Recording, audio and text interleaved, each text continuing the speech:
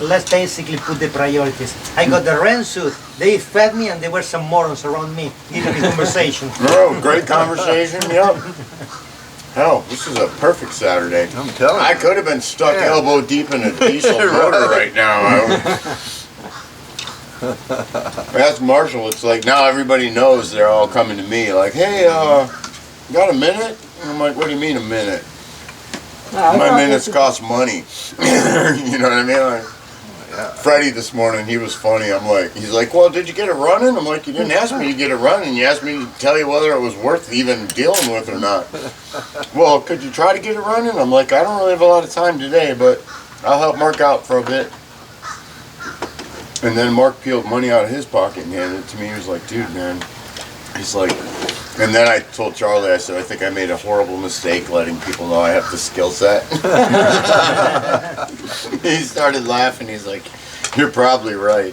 He's like, I'll try to explain to Freddie how much work actually got done on that motor yesterday, and if you only charged him 100, he's a lucky SOB. That's what he told him. As soon as I heard that amount, I was like, yep. Boost that on up pretty soon. He's a lucky SOB on that one. I told him too. I said, look, I'll look into it for you. But it's breaking the ice, and maybe he'll realize how much I put into it, and he'll be like, oh, wow, you know. Seriously, Jim, we could have pushed that thing overboard yesterday and made it into a mooring before I got a hold of it. The other mechanic over there told the guy, do not bring that to my shop. Wow. Yep. It's kind of a statement, okay? I don't want your business, basically. He told Freddie straight up, don't bring that thing to my shop. So it sat on a trailer, and I said, I'll take a look at it. I'll give you an analysis of it for 100. I'll spend part of the day looking at it, see what's up. Tell you whether it's worth, you know, the $3 grand you're paying for it or whatever. And it's 50-50 still, whether it is or not. I told him today, he's like, well, can you get it going? I'm like, you got any ether? No. You got any diesel? No. Got a battery? Well, I can go get one. I'm like, well, all right. We'll get a battery then, and we'll go from there. But it was cranking over pretty good today. I got it cooking right now with a bunch of Marvelous Mystery oil on the top ends. Hopefully I can get it to free up a little bit more. But still a little bit tight. I think those piston rings need a little bit more time to be used.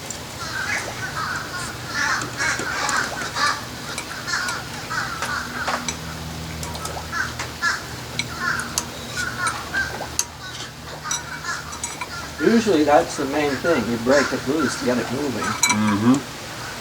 That's Marshall. I almost ripped that thing right off the blocks it was on yesterday. Right. Thank God you were right there, because I was like, grab that thing. We both grabbed it, and I was like, boy, if he hadn't have been there, I don't know if I could have held that thing. It only weighs 1,000 pounds. But I got it to break. I got it loose. I got her spinning.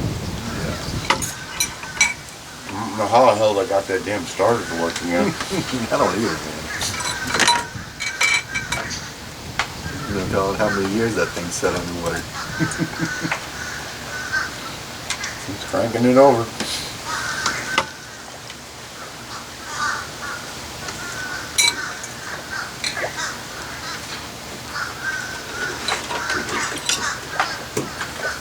Charlie's like, I told him, I said, yeah, me and Marshall got somewhere to go today, like appointment, hang out with some friends, do this, do that.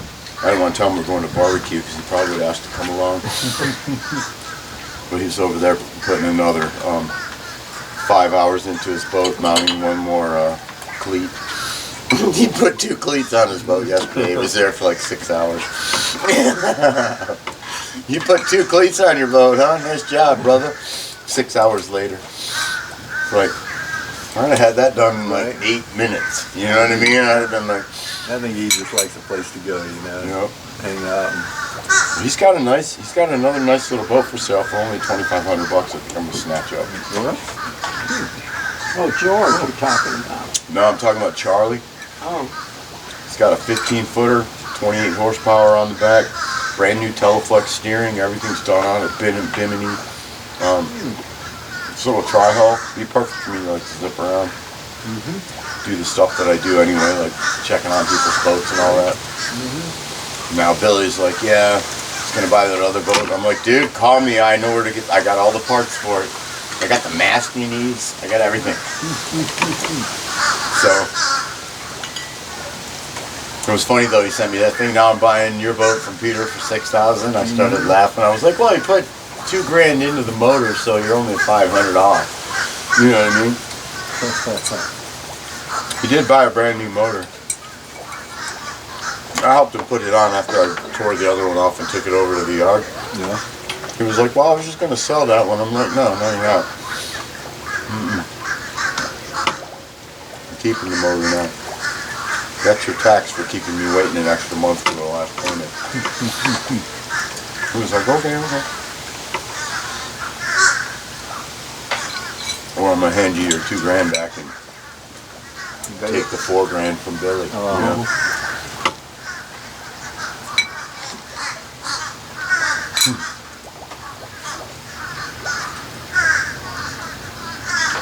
Him and his wife and his daughter spent the night on the boat last night. They watched the launch this morning from it. So they had a riot. So what's the difference between the handheld and the orb?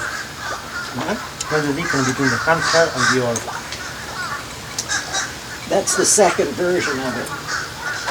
I think they wanted to get the two lenses closer together so there wasn't so much space in the stitch line. So they moved the electronics into the handle. On the same one, But the product design on these things is just awesome. They're beautiful. It's not like a rectangle with a couple of lenses on it. Right. It's got some style to it. I figure I'll delve back into better equipment as I build my channel. And then, 5 years ago I was working with top equipment in the Discovery Channel, sprung for everything. A&E, Discovery, Wow. the equipment was amazing. It was like, okay,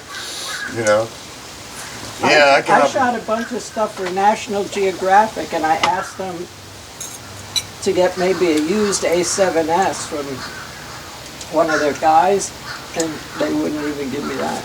No? What are you doing for National Geographic? Doing video, time-lapse video of the turtles nesting on the beach here. A guy named Tom Lowe was doing, in like 2010,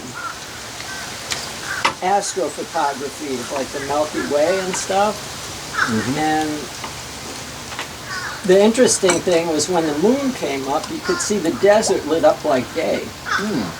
And we had been working with infrared and all sorts of stuff trying to photograph these turtles. And as soon as I saw that, I'm like, oh, I know how we're going to do this. These cameras are grabbing every bit of ambient light. And it wasn't as easy as you'd think. Focusing was just, because you couldn't see through the view, it's dark. The light meter doesn't work. You set your exposure with a bunch of, since it's digital, a bunch of test exposures. You get your exposure right.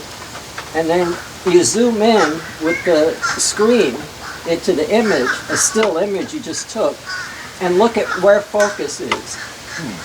And then do a little adjustment and take another picture. And now it's bright, right? Yeah, and you zoom into that. And over a dozen exposures, you refine your focus until it's right on the turtle. And using wide aperture telescopic lenses, there's no depth of field. So there's no, if you're 6 inches short of the turtle, you see it in the video. And then National Geographic, well, I had been doing a lot of this with the photo editor from the Palm Beach Post. He'd go out sometimes with me. And National Geographic sent a team to photograph the turtles, and they weren't getting anything. And one night, Greg Lovett walks up the beach and finds this film crew there trying to shoot in the dark. and starts talking to him. And they're like, oh yeah, we're not getting anything. He said, oh, you got to talk to this guy I know, up near Cape Canaveral, because he's got hours and hours and hours of video of these turtles, and his video looks like it was shot in the daytime. In fact, when I started, a lot of people said it was fake. Oh yeah. Because it didn't look like at night. It looked like the daytime. If you get the exposure right. What was wild is at night, your own eyes can't see the blue in the sky, but it's still there. I was seeing a blue sky with stars. Wow. When the moon is out, yeah, if you can crank up the sensitivity enough, the sky is still blue and there's stars in it.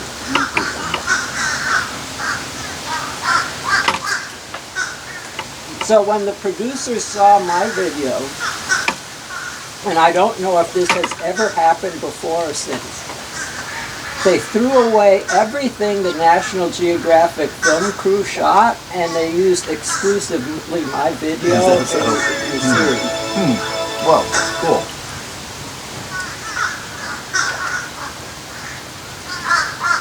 Well, you're getting blue skies at night. That says something. He's pulled them up. He's pulled the turtle videos up.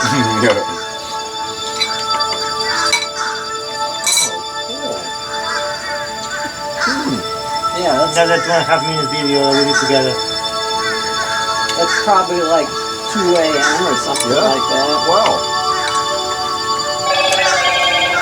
For 3 months every summer, I would go out every night at 9 o'clock and shoot until 4 in the morning. Really? And then I'd have one of the cards loading into the computer while I slept. And I'd wake up about 1 in the afternoon and start. You don't get a video, right? You get all these stills because it's time-lapse.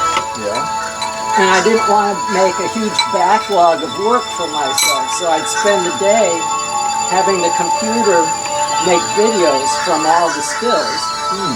And then clear the memory cards, and about then it was time to go out and start shooting again.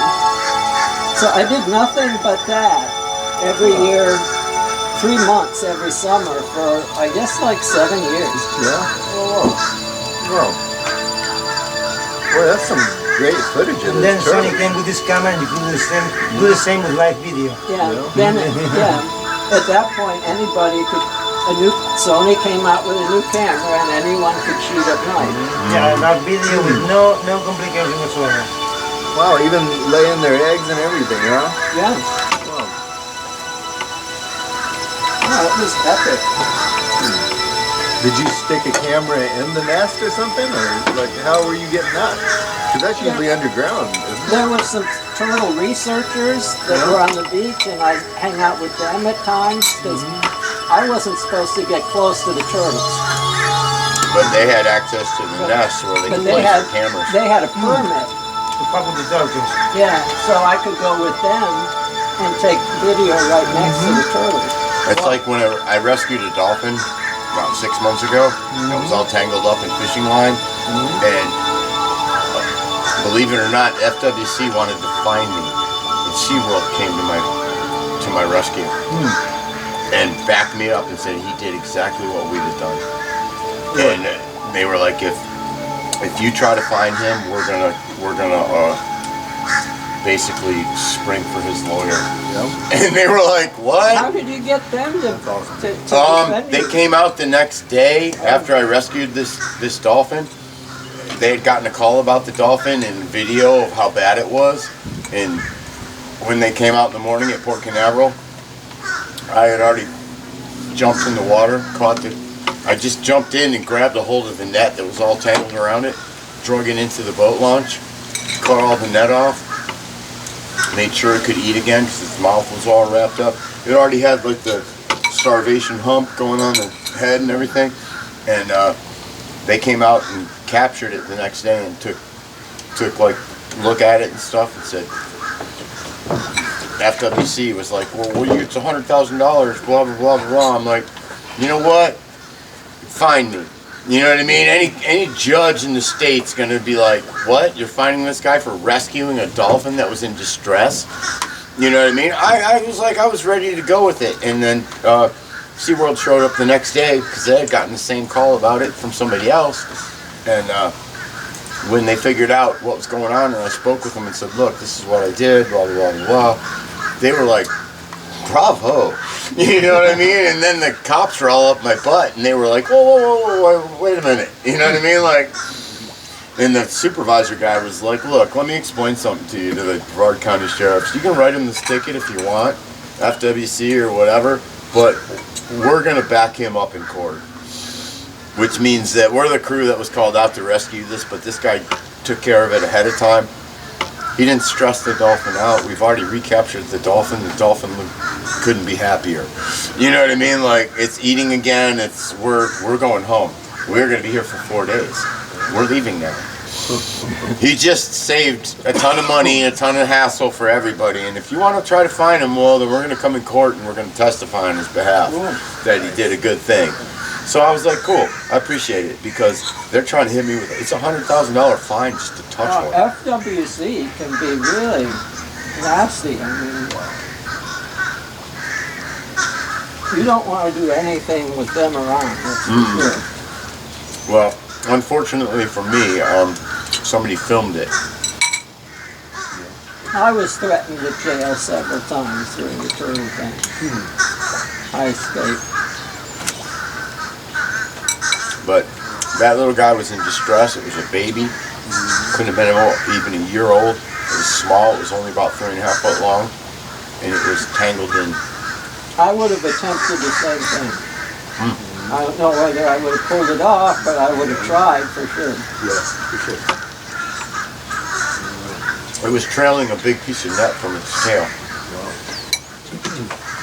It swam by me, literally came up and rolled its eyes and looked at me right there and was like, help. So I went around by the boat launch where it followed me, and I just jumped right in the water and grabbed that net that was stuck to it. As soon as I got a hold of that net, it fought like any other fish would. Of course. Yeah. Up the boat launch we went. I happened to have a fucking really sharp fucking rope knife in my pocket at the time because I was fishing. Pulled that knife out, started cutting all that crap off. Finally got everything off of it. It took me like 5 minutes. I had him in the water the whole time. It took me like 5 minutes to cut everything off of him. And when I let him go, he took off, swam a circle, came right back up to where I was at and hung out for like 2 minutes where I was like patting him and talking to him, and then took off. That's awesome. Cool. And then I was out there a week later fishing. He came up to me again. They're smart.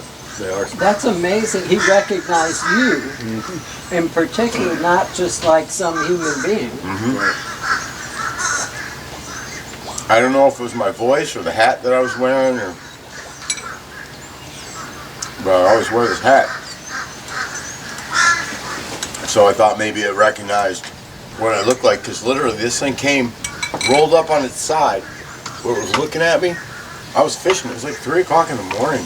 Down at the port, I'm fishing, and this fish rolls up next to me like, help, all tangled up. And I was like, come on, buddy, follow me. And I walked around, all the way around to the boat launch, and it followed me all the way around to the boat launch, where I climbed over that railing there, dropped down on the floating dock, and when it got close to the floating dock, just threw myself in the water after that net that was stuck to the back end of it, got a hold of it, and drug him straight up. That's awesome. You know what I mean? It was like, somebody had filmed it, and that's why I was, you know, they were like, well, that was you in that film. They're amazing. Years ago, in my mid-20s, I had rented a 4,500 square foot old crab house from the 50s. And I was building pyramids and growing pot in it. And sure enough, one day... Is that legal? Thank you. What's that? Is that legal? Oh yeah, completely. Oh, thank you for letting me know. Certain places, yeah. And sure enough, though, like there was a little island that I'd swim to, me and my dog Solomon. And one day we were over there, and there was a freshwater river that flowed in about a half a mile up from where I was at. And I was hanging out on the island and getting ready to swim back. I was going to go check on the plants. damn sure there wasn't about an 8-foot alligator that came up and was just kind of, just hanging out between me and where I needed to go. And I was like, man, I didn't want to swim across there with Solomon. So sure enough, I just had the thought. I put it out there. I was like, I need some help. Like, just out, the thought of it. 20 seconds, a porpoise popped up right there close to the alligator. Swam over close to him. The alligator went down, the porpoise went down. Yes, and hold that shit over there, please. Well, they just and and I'm gonna go for a walk, okay? I figured it was fine to get in. I got in and swam across. Thanks. Sure, man. The porpoise swam with me the whole way across. Me and Solomon, he was probably 10 feet away from us, all the way back to where I needed to get out. And I got out. He stayed up, looking at us. And I just kind of put a, like, thanks, And damn sure, man, super intelligence. I was amazed. Like, it put, dolphins, porpoises, all of them on a whole nother level in my mind. I couldn't believe it. Watch this. Catfish.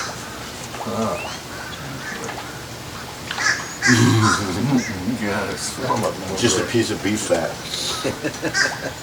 It's like grapes. Let's test the grape theory. Yep. Just ate that grape. Watch it.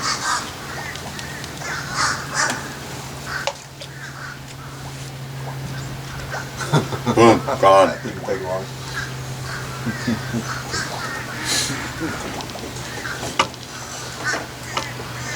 You got your catfish on damn near anything. Yeah. I'm sure you've heard about this catfish up north. My grandfather was telling me about there was a job he was on. They were pulling out old timbers from deep down at, I don't know if it was one of the Great Lakes or where it was at. Anyway, he said that divers started coming up missing as they were going up. Yeah, you heard of that? It happens in Louisiana a lot too. Man, they were On the Mississippi River down there? swallowing divers whole.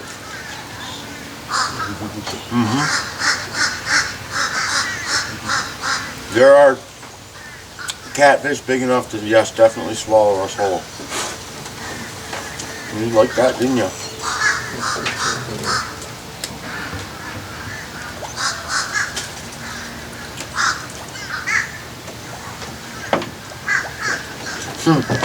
I like that beef gristle.